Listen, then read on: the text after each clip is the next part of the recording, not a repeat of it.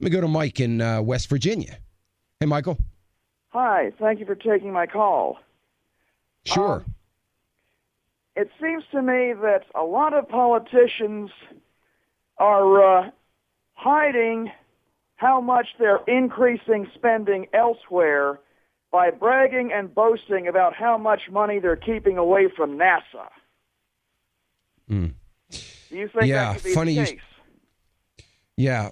Funny you should mention that, because I've got the quarterly, and I guess I'm the only one crazy enough to do this, spend time on it. I need to find other hobbies. But I actually went through the budget line by line of the monthly treasury statement for the month of July that just came out.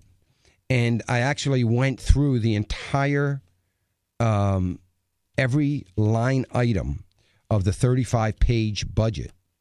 I shouldn't call it a budget. Spending. The inflows, the outflows of every single line item. And it's very interesting to see how many line items have dramatically increased. And so many of them you can tie back to the ideology of Washington.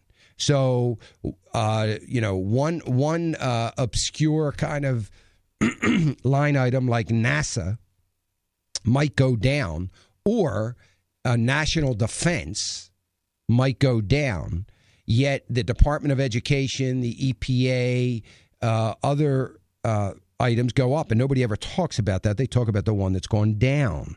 So when you go through this line item for line item, you begin to get very discouraged. And, that is just, that's been going on for years. I can't say that is something that this administration has been doing. That's not true. That's been going on for 30 years. They all do that. They talk about the good. Nobody talks about the bad. Meantime, the bad's getting totally out of control. And when you look at the U.S. Treasury numbers, line item by line item, and the highlights, and you look at the summaries and the highlights of what they've done year to date, fiscal year to date, and just in the month of July, you can talk about the deficit reductions, but I can find the deficit reduction, the annual deficit reduction. I can find it in like 4 items. There's hundreds and hundreds of items here. I can find it in 4 items.